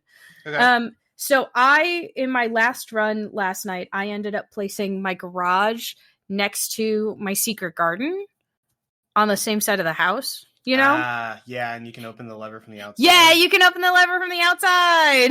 Yeah. Which I didn't, I did, like, it, when I thought about it, I was like, oh, that makes perfect sense. But, like, seeing it, I was like, ooh. Yeah, that stuff is neat, for sure. And I am pretty convinced that we're going to be able to open that gate out of the, like, down at the end of the driveway. Okay. I don't know how, though. But the more I play, the more and more convinced I am that I will be able to open that somehow. For sure. Yeah. I'm also playing independently. Repo a lot. I'm trying to get good so I don't make a fool of myself when I'm playing while my friends are watching, Mm-hmm. And I'm not good at it, and it's scary, and I can only play it by myself when the sun is out. But I'm doing my best. It is actually What a is sufficiently this spooky spooky game? game. Yeah, it's a spooky game. Oh, I'm sorry, can you repeat the title? Repo, REPO. It's a horror game. Oh. But it's something that you can group up with people. And like, so you all go and like you have to collect a certain amount of money for the tax man. And you collect that money by like going to these locations and like stealing things essentially. But every location that you go to is haunted by some awful creatures. And I say awful like, oh God, what is that? Not like awful, like disgusting, It's like a floating head that it scares you, or like a guy that is arms and legs moving like a spider and has just a head for a body for some reason. Or sentient garden gnomes that attack your ankles with little hatchets, like different levels of like, I don't like this. But yeah, and they have there's like in-game voice chat, so you don't have to be in a separate chat to talk to each other over mic, and it does have like a proximity thing on it. So like if people are further away or like on the other side of a wall or hiding inside like a cabinet or something, you'll hear them if they're talking. But by the same token, the monsters will hear you if you're talking and they'll come find you. Haha. And I hate it, but I like hate it. It's scary and also pause. But I'm trying to get better at it and I'm just not good. I get scared too easily, and I'm trying to be very brave, And okay, so is it REPO? Yes. Yep. Okay, that was why I couldn't find it initially. I was adding an A. Oh no, it's just REPO. And you're like little flappy robot trash can guys with Google eyes, and the Google eyes on your guy will shift depending on like where you are moving the camera to indicate that you're to other people that you're looking someplace. So it's been very silly, but also like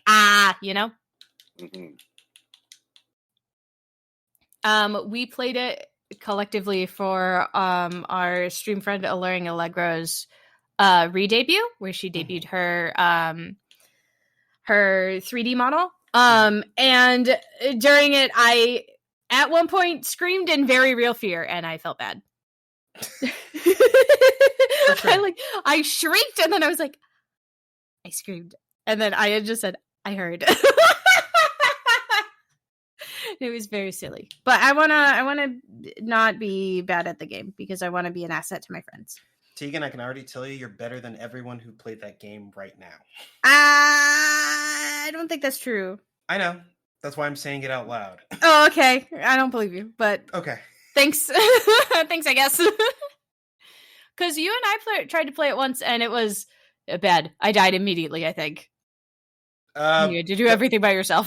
That's not exactly how I remember it, but I understand why you feel that way. I'm pretty sure that's what happened. You know? I know. Yeah, no. I'm like 98% sure that's what happened. I can tell, but like Tegan, I disagree with you. Well, that's okay. You could be wrong. But yeah, it's cute. And the dev is still doing like updates. They're because the game is I think just in beta ? But the other day they announced on the Steam page that they're going to be adding something called Overcharge, which is every 10 levels the game gets harder. Okay. Which sounds fun and spooky. But also I'm already not good at the game, so you know? Yeah.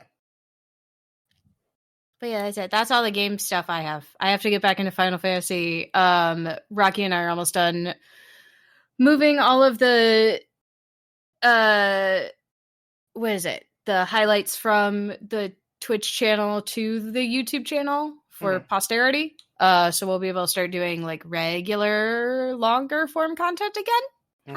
And that's it. All right. Yeah. So I guess I've got two things I wanted to mention. One is directly like video game media specific, which is that I guess since we last recorded, Polygon got bought and gutted. Yes. Which is fucking terrible. And there has been a roller coaster of events related to Giant Bomb.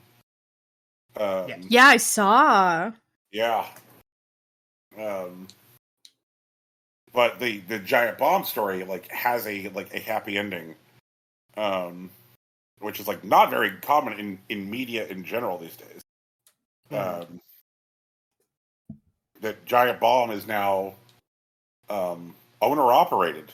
Right. The guys bought the site, and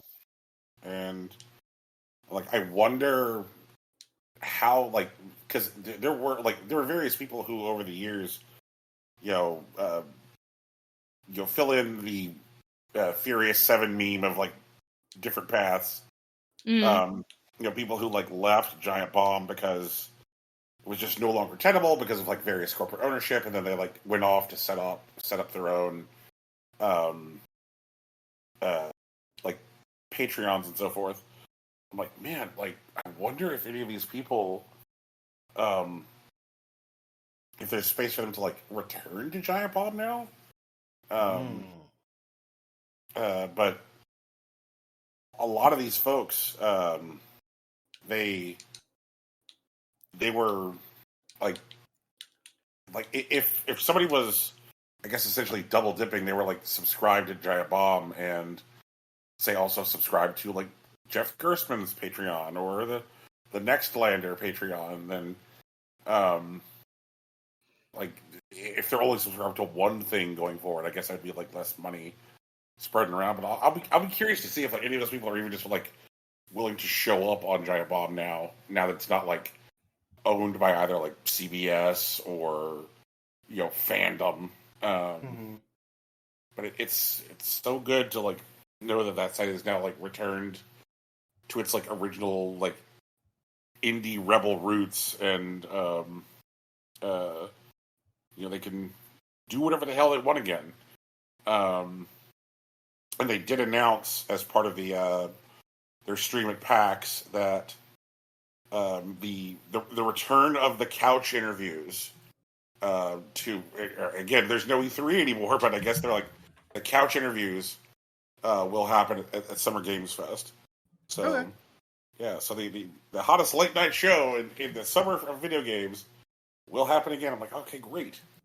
So, I would expect, just because of like initial cost to like set stuff up, that most of the old guard wouldn't return immediately, or wouldn't be able to return immediately, just because they may not have payroll available, because I expect that Giant Bob will want to pay people what they're worth, Right. Yeah, exactly. And like, as it is, like Nextlander is able to, support the income of like 3 guys, 2 of whom live in the greater New York metro area, and all 3 of them have mortgages, and one of them has kids. And replacing that kind of income, that's meaningful. That's a big deal. And then like Jeff Gerstmann has his own thing, and like he lives in like the greater San Francisco metro area and has 2 kids and a mortgage. So like, yeah, that's real money. And like, I think Gerstmann is like especially a sticky wicket, because like I think that a lot of people just like perceive Jeff as like somebody who like leads whatever he's in, and I don't think that he's particularly interested in that anymore. Like he's now a guy who's he's been in games media long enough that he has 30 years worth of stories of being in games media, because of how young he was when he started. But I don't think he wants to be like the guy who like sits down and figures out what like 9 people are going to do anymore. Like, that doesn't seem interesting to him. But I could see him popping in and hanging out now and again.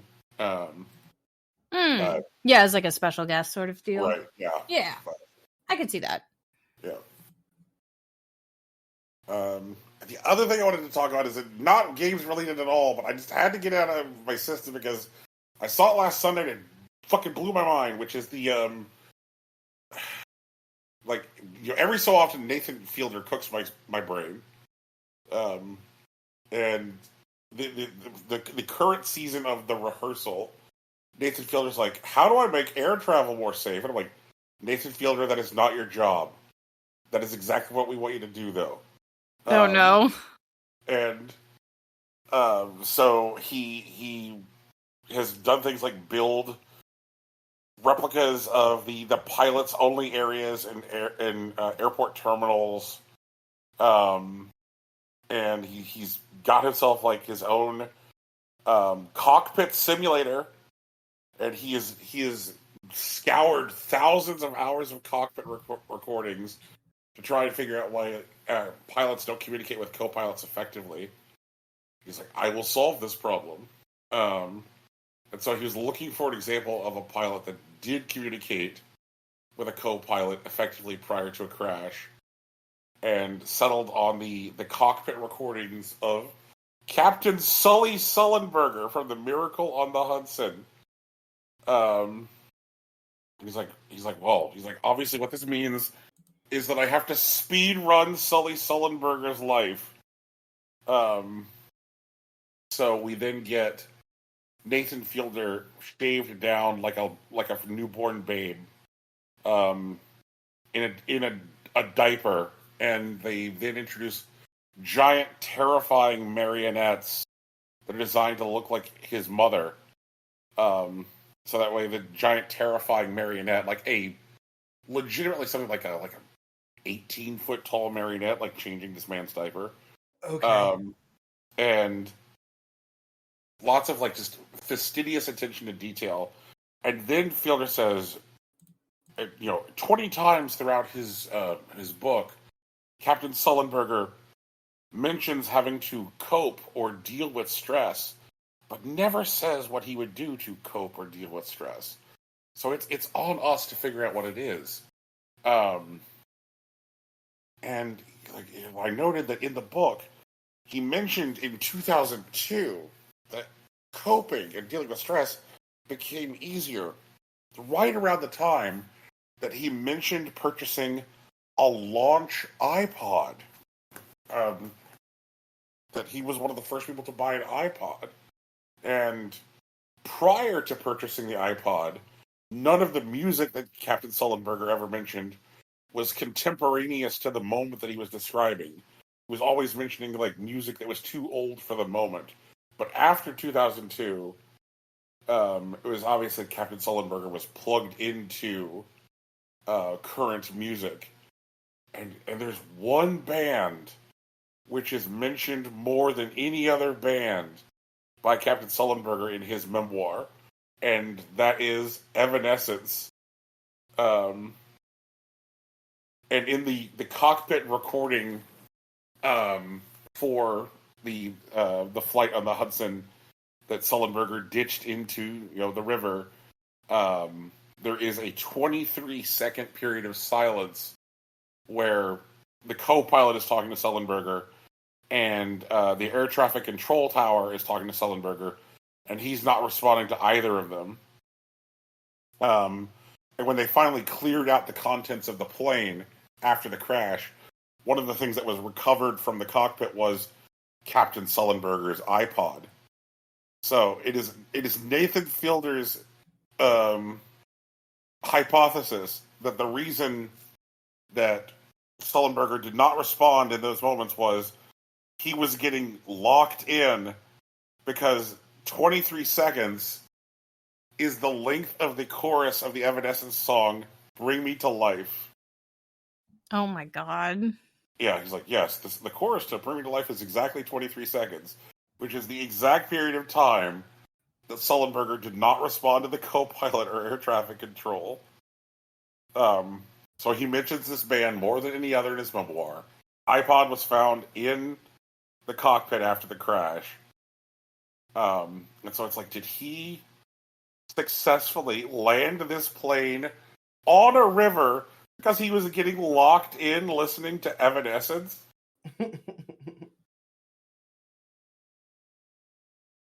Rocky, is there a piece of media, is there a piece of music that helps you lock in so intense that you could land a plane on a river?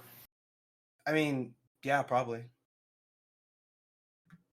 Like, if you were going to, like, step into the kitchen to make that taco pizza. Does it You Say Run? You Say Run would be fun, but I don't think that's... I think it would work, but it's not the best case scenario. Okay, fair enough. You Say Run is the momentum swelling, everything is going to plan, inspirational song from My Hero Academia. It's true.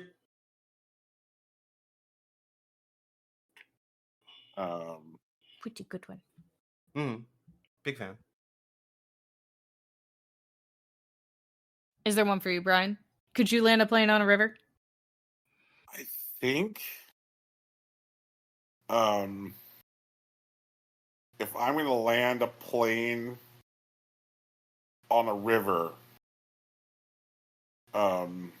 there's not a lot of choices for land a plane on a river song. But Paper Planes by MIA. Okay. Yeah. That might get me over the hump. I think there's also a chance that that I might be able to land that plane with Chandelier, but Okay. But I think that the absolute strongest one, I've got this fucking plane landed. Like, not a soul was lost with In the Air Tonight, Phil Collins. There it is. There it is. That's what I was waiting for. Yeah. That's the one right there. Tegan, What's your locked in landing a plane on a river song? I don't know. I don't think I can lock in and land a plane on a river, not gonna lie. Well, Tegan, what if you knew that you could do it, but you were going to hate it the whole time? What would you? If I confirmed I'm gonna do it, Yep. it's gonna be fine. I'm just gonna be yelling about it the entire time. Yep.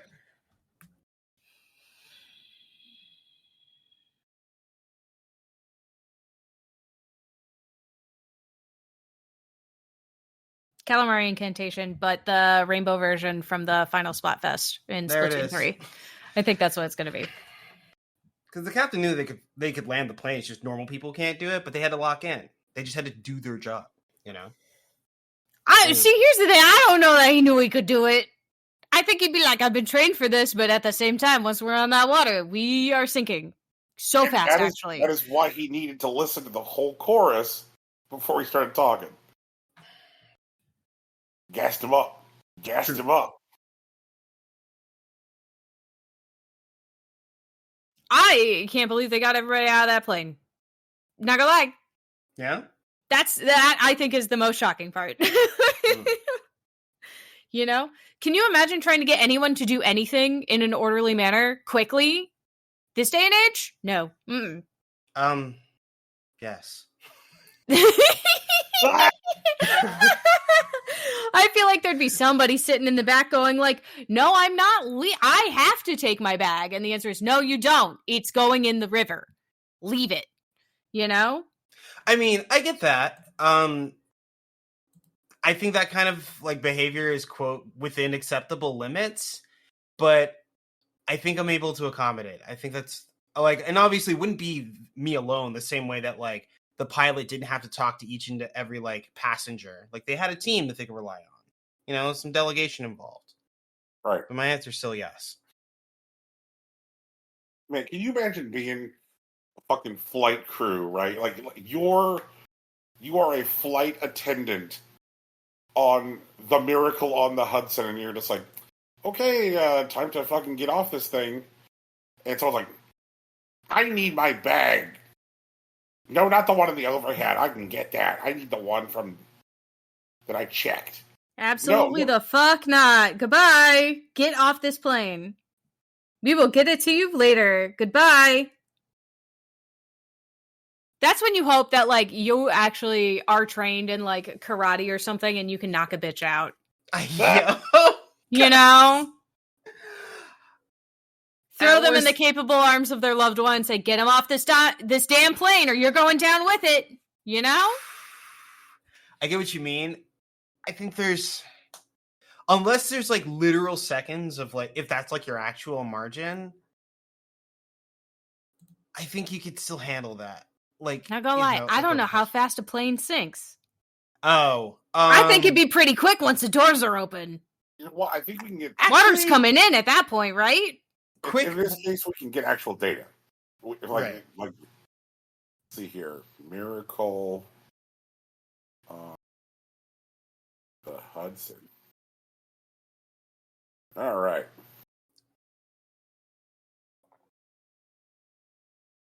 Accident. Also, I can't believe that fucking thing happened because of some birds. Like that I plane can. Like, man, okay. I can. That sounds right. Birds in the engine? Sounds correct. Yep. Mm-hmm. That's all it takes. Modern air travel would not be possible if carrier pigeons were still a thing that we used regularly. You know? Yeah. Shout out to email, I guess. Okay. The plane impacted the river at a calibrated airspeed of 125 knots, 140 miles per hour, with a 9.5 degree pitched angle, negative 3.4 degree angle of attack, between a 13 and 14 degree descent rate of 750 feet per minute. The flight attendants compared the ditching to a hard landing, one impact, no bounce, gradual deceleration. Man, like that would fuck me up because I would assume it's going to be worse. If someone's like, "We're going in the river," I'm like, "All right, we're all fucked hard." But if it just kind of like goes like the dunk dunk, so here, Sullenberg ordered opened the cockpit door and then gave the order to evacuate. The crew began evacuating passengers through 4 overwing window exits into the inflatable slide raft deployed from the front right passenger door. The front left slide failed to operate. Whoa! So the manual inflation handle was pulled. The evacuation was made more difficult by the fact that someone opened the rear left door, allowing more water to enter the plane. Sick. Whether or not this was a flight attendant or a passenger is disputed. Water was also entering through a hole in the fuselage through cargo doors. Man, so like water is actually pouring in. Mm-hmm. And water roses urged passengers to move forward by climbing over seats. Fuck me, oh god. One passenger was a wheelchair user. Yep. Finally, Sullenberger walked to the cabin twice to confirm it was empty. The air temperature was 19 degrees Fahrenheit Jesus. at the time of the crash. The water temperature was 41 degrees Fahrenheit. Oh. Some evacuees waited for rescue in knee-deep in water or the partially submerged slides. Some wearing life vests. Others stood on the wings, fearing an explosion, or some fearing an explosion swam away from the plane. Yeah, okay. One passenger, after helping with the evacuation, found the wings so crowded that he jumped into the river and swam to a boat. Okay. Yeah. You know what? That seems reasonable. Yeah. Man. That sounds like a nightmare. That sounds like hell. I mean, That's it's like not 50% of my worst fears in one event. Are you kidding me? I hear that. I would have a panic attack in the back of the plane. Then you'd have to play the fucking calamari incantation to get me to lock in enough to live. I think a properly trained team would still get you off the plane, T. Oh yeah, no, I believe in a properly trained team. I don't believe in my individual ability to survive that scenario. That's fair. Left to my own devices, I'm going, oh shit, now what? But the good news is that you're not alone. And I think that's the important part here. Yeah. Oh. And here's I'm glad that Captain Sullenberger had that evanescence, you know? Mm-hmm. True. Yeah, correct, actually. Good job. Yeah. Good job, Evanescence. Yeah. I do think that it is funny that after last week's episode of The Rehearsal, that Evanescence rocketed up the iTunes charts. That is and the Evanescence was in a position where they had to, like, issue a statement regarding The Rehearsal and Captain Sullenberger. They're like, yeah, it's a neat show. If he was listening to us, we're glad he liked us, I guess. Right. Yeah. But I think that Sullenberger is in a position where he can't respond, because if he's like, yeah, man, like, I didn't say anything for 23 seconds because I was locking in, and I was listening to Evanescence. I think that the way that, like, our culture now, like, constantly tries to, like, jockey for positions of moral superiority, I think that people would yell at him. Oh, they would yell. Yeah. Yeah. Absolutely. There would be lots of like, Sullenberger must be held to account, like lots of that kind of shit. Yeah. Yeah. Oh man. Crazy time. Well, folks, I guess thanks for coming to us for all your video games, Chicago Pope, Pizza Truth and Pizza Heresy, and Nathan Fielder needs. Yeah. I don't think pizza is the thing we're contending heresy over, but that's fine. I think there's some other stuff in the show that's more heretical than that, but that's okay. There was pizza heresy debated on this show. Nah. Science. A little both. Sometimes science can be heresy. Points to In fact, Oppenheimer. sometimes it's important that it is, actually. So there's good heresy and there's bad heresy. There is good heresy and bad heresy. Yeah.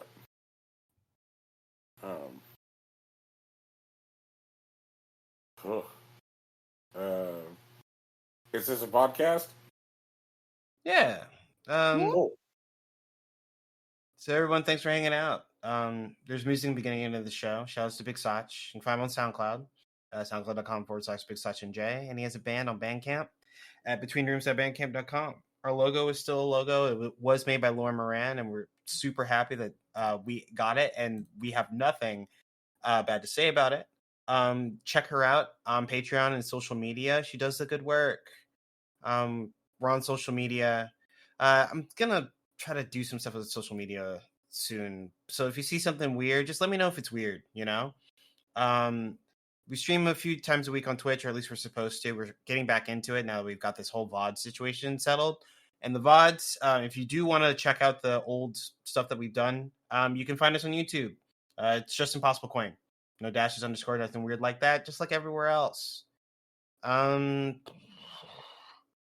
think it's the long and the short of it, honestly. Thanks for being here.